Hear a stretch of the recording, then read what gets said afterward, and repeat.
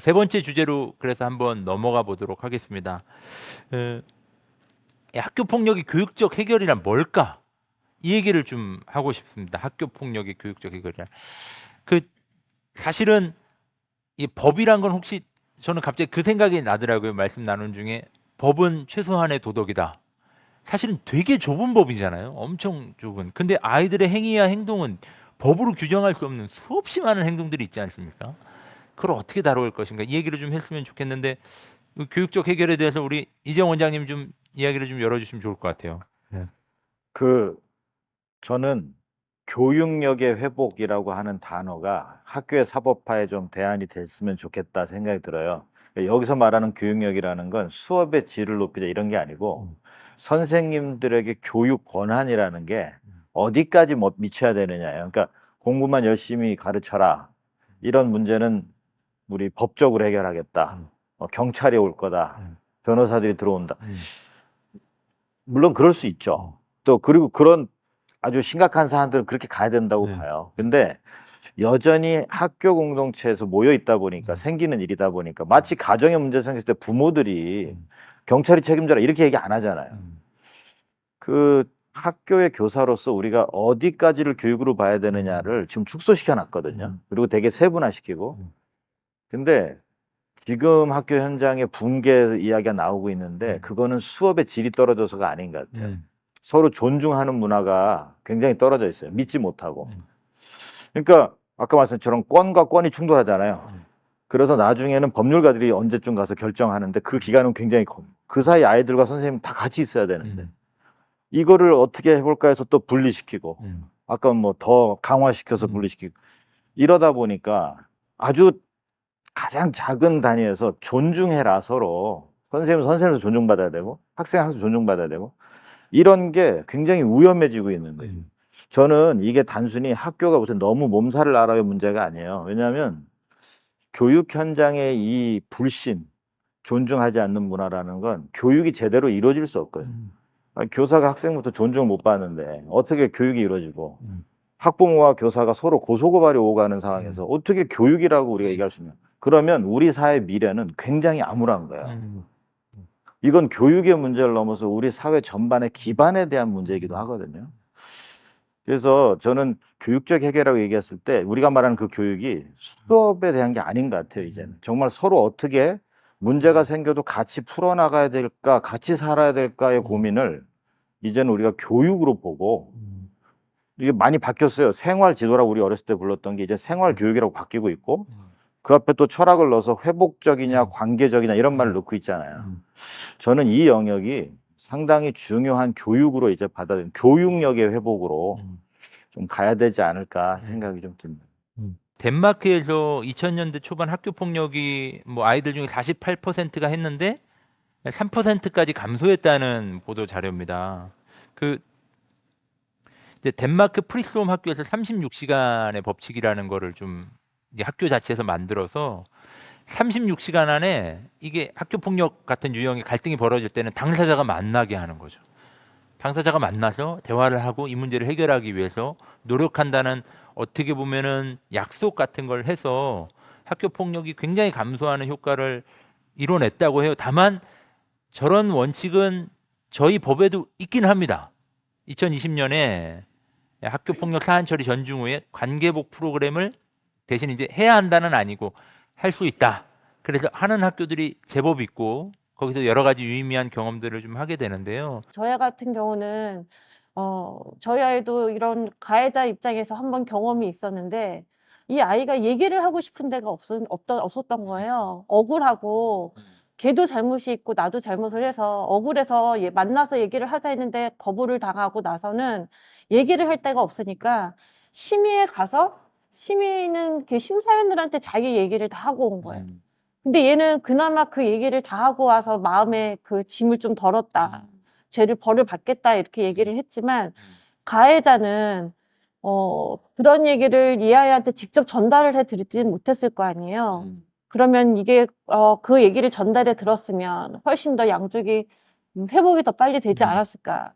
그러면 이게 교육적 해결이 아닌가라는 생각이 드는데 어쨌든 얘네들은 학교의 공동체 속으로 들어가야 되는 아이들이기 때문에 공동체 속에서 잘 살 수 있는 이런 해결 방안이 과연 무엇일까를 좀 고민을 학부모들이 교육이 좀 많이 됐으면 좋겠습니다. 의견 하나, 제가 이야기를 좀 하나, 관점이 이제 교육적 해결이, 그러니까 화해와 중재, 뭐, 관계 회복, 여기만 지금 약간 초점이 맞춰져서 논의가 되고 있는 듯 한데, 제가 생각하는 교육적 해결은 저는 법의 엄중함도 깨닫는 측면이 있어야 된다고 반드시 생각하고 있거든요. 그러니까 관계만 회복하고 서로 화해만 했다고 저는 모든 이 세상의 문제가 다 해결되는 거라고 생각하진 않아요. 그래서 그 아이들에게 이게 얼마나 심각한 건지 그거를 깨닫게 해주는 과정도 필요한데 지금 저희 나라에서 이루어지고 있는 분쟁 조정과 관계 회복 프로그램 그 실태가 그런 거를 인식할 수 있게끔 도와주고 있는지. 네, 이게 사실은 지금 생각한 것보다 더 약간 다양한 형태로 지금 이루어지고 있거든요. 이 사이버상의 그 괴롭힘은 상상하기 힘든 형태로 지금 막 이루어지고 있단 말이죠. 근데 그러한 경우에 어떤 걸 경미한 걸로 판단해서 관계 회복을 시킬 건지, 어떤 거는 중대하다고 보고선 이거를 형사적으로 해결할 건지, 사실 그거에 대한 지금 그 사회적인 어떤 합의가 이루어지지 않은 약간 상태잖아요. 부모님들도 그쪽에 가서는 사과 한마디 안 하지만 저희 앞에서는 정말 잘 하시거든요. 그 순간적인 그런 것들로 해가지고 이 문제를 해결시키면 안 된다고 생각해요. 한 번 울고 다시 또 그럴 가능성이 있거든요. 갈등 조정과 관계 회복 프로그램의 실효성 이유 도움이 될 것 같다가 69.8%, 안 될 것이다 27.9%니까 어느 정도 저희의 의견과 비율이 맞는 것 같아요. 이제 다만 기대하고 있는 것과 기대하지 못하는 것의 이유가 좀 2차 발생의 우려. 그러니까 지금 검사님이 지적해 주신 걔가 악어의 눈물을 흘린 다음에 여전히 반성하지 않는 태도를 보였을 때 어떻게 할 것인가 라는 고민. 그게 아마 비전문적인 운영과 관련이 있을 것 같거든요. 우리 원장님이 말씀하셨던 처벌의 수위에 단순히 특별교육, 전학 이게 아니라 다시 학교에 복귀해서 무엇을 할 수 있는 것까지 담아내는 것. 이게 좀 숙제가 아닐까 싶은데 저희가 지금 그 얘기를 다 할 수는 없어서 제도 개선까지는. 어쨌든 그래서 의견이 이제 다양하게 있어요. 그래갖고 주요 처리 방안에 대한 찬반 의견에 뭐 경미한 학교 폭력의 경우 자체적으로 해결할 수 있는 권한이 강화되어야 된다. 이런 것들에 우리 선생님의 의견이 좀 담겨 있는 것 같고 재발을 받기 위해 가해 학생에 대한 처벌 강화도 이제 여전히 이제 여론으로는 있는 거고. 근데 4번에 또 독특한 의견이 있는 거예요. 서로 합의된 경우에는 징계를 줄여주자. 뭐 사실은 이게 화해 정도가 반영되긴 하는데 뭐 이제 어떻게 보면 좀 이런 다양한 의견들이 이제 있다 이렇게 볼 수 있을 것 같습니다. 자발성 있는 사과와 화해할 수 있는 기회는 어떻게 마련될 수 있을까요? 그러니까 안전한 공간으로서의 위치. 네. 그 결과 중에 하나가 화해가 될 수도 있지만 안 될 수도 있고요. 네. 그러니까 이거는 중립적 자리라는 네. 건 반드시 화해와 용서와 치유가 아닙니다. 네. 이름이 화해중재라 그래서 네. 거기에 대한 선입견이 없으셨으면 좋겠고 네. 그냥 내가 억울하고 답답하고 이런 이야기들을 네. 할 수 있는 자리 네. 그리고 협상할 수 있는 네. 자리다. 당사자 주도적으로 할 수 있는 자리다. 네. 저는 그 용어를 우리가 사회적으로 좀 잘 네. 만들어 갔으면 좋겠습니다. 오해를 안 하셨으면 좋겠어요. 진짜 중요한 얘기인데 이제 저희가 가면 화해중재 얘기 가면 안 한다고 하시는 분들이 있어요. 그래서 이제 하시는 분들에게도 저는 이런 얘기 하거든요.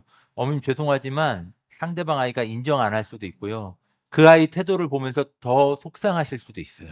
대신 짜고 대화하지 않습니다. 그냥 그 아이 있는 그대로 대답할 거예요라고 꼭 얘기합니다. 왜냐하면 말씀하신 대로 안 될 수 있거든요. 학교 폭력으로 신고 접수된 사안에 대해 운영하기 어렵습니다. 제도를 어떻게 봐야 할까? 세 가지 짧게 말씀드리겠습니다. 네. 1차적으로는 법률이 바뀔 필요 있어요. 개정이 필요한데요. 네. 구체적 말씀드리면 학폭법 18조가 분쟁 조정이거든요. 네. 섹션 자체가 분쟁 조정이 지금 뭐로 규정되어 있냐면 가해 측과 피해 측의 네. 합의 금액 조정이라고 되어 있어요. 이건 그러니까 금전적인 거 하라는 거구나 이렇게 인식을 하고 있는데 그리고 이 항이 그 외 기타 사항으로 되어 있는데 저는 그걸 순서를 무조건 바꾸고서 학생 간의 관계 문제, 학교의 피해를 회복하는 거, 공동체를 다시 살릴 수 있는 그런 여러 가지 기타 방안들을 조정할 수 있다. 그러니까 거기에 내용들을 좀 구체적으로 또 좀 더 확대시켜서 관계 중심으로 넣었으면 좋겠어요. 지금은 금액이구나 이렇게 알고 있거든요. 분쟁 조정이라는 네. 단어 자체를. 법률적인 네. 변화가 좀 그 필요하고. 두 번째가 이제 그런 금전으로 넣으셔도 되고, 그러니까 일단 이런 명시적 변화가 필요합니다. 네. 왜냐, 지금은 한국 사회는 잘못하면 선생님이 아이들 불러다 잘 타이르고 화해가 돼서 끝나면 처벌을 받을 수도 있어요. 법적으로는. 왜냐, 화해를 종용했다, 분리대응하지 않았다 이러면서. 그러니까 분쟁 조정이란 개념을 이제 학교에서 좀 더 교육적으로 풀어낼 수 있도록 학폭법 18조를 손을 볼 필요가 있다고. 신설도 아니에요. 그냥 개정을 좀 하실 필요가 있다. 이게 제도적 변화 전 첫 번째로 보고요. 그러니까 불법화 시키지 마라. 대화하는 것을. 두 번째는 자 지금 우리가 뭐 벌새 오세요. 화해 뭐 중재 여기 경기도. 근데 그러려면 요걸 진행하시는 분들의 전문성이나 이분들의 운영 체계가 교육청에서도 잘 만들어져야 돼요. 지금 우리가 무조건 많이 보내셔 이렇게 할 수가 없는 네. 환경도 있어요. 인력적 한계도 많고 또 이걸 운영하는 장학사님들이나 교육청도 조정 전문가들이 된 게 아니거든요. 그래서 운영 체계를 이제 좀 하나하나 만들어가는 그 시스템도 반드시 키워내야 된다. 세 번째는 교육과 홍보가 필요한 것 같아요. 뭐 봐주는 거 아니야? 무마시키는 거 아니야? 그럴 수 의심은 있겠지만 대화를 통해서 문제를 푸는 게 법적으로 푸는 것보다 더 성숙한 사회라는 것을 우리가 인식하면 좋겠어요. 우리 부모님 시대에 목소리 큰 사람이 이겼거든요. 그러니까 우리 어렸을 때 준법을 많이 가르쳤어요. 법대로 해라, 법대로 해라.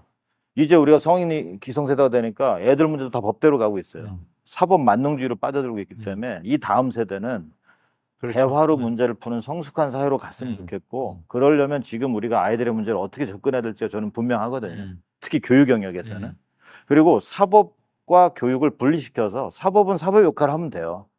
지금은 잘못하면 이중처벌이에요. 여기서도 또 징계위원회 열고 선도위원회 열고 다 이렇게 되고 학폭 심의 열리고 또 나중에 같은 사건이 또 사법 처리를 받고 이제는 좀 구분을 할 수 있도록 이거는 국민들이 같이 이해하고 논의할 수 있는 어떤 홍보가 좀 필요한 제대로 오늘부터 그런 자리라고 저는 네. 보는데 그런 자리죠. 저는 이 세 가지 정도는 이제는 정말 좀 우리 심각하게 한번 논의를 해봤으면 좋겠어요.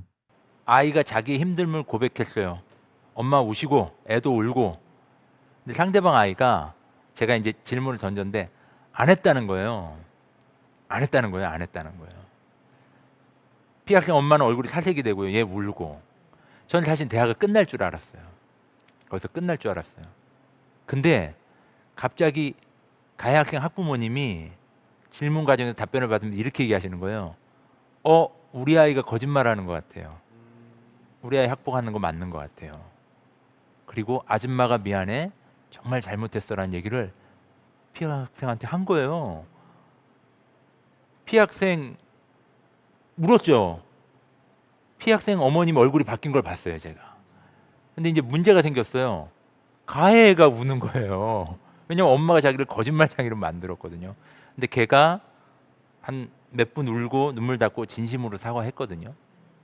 이게 뭐냐면 저는 진심과 진심이 만나는 자리가 화해 중재가 맞다면 거기에는 다 변하는 건 아닙니다. 예. 일단 누군가 변하는 사람이 있다는 게 사실은 뭐 다 그런 경험이 있으실 거예요. 그래서 저는 무조건 바뀐다, 무조건 잘 된다라는 얘기는 못 드려요.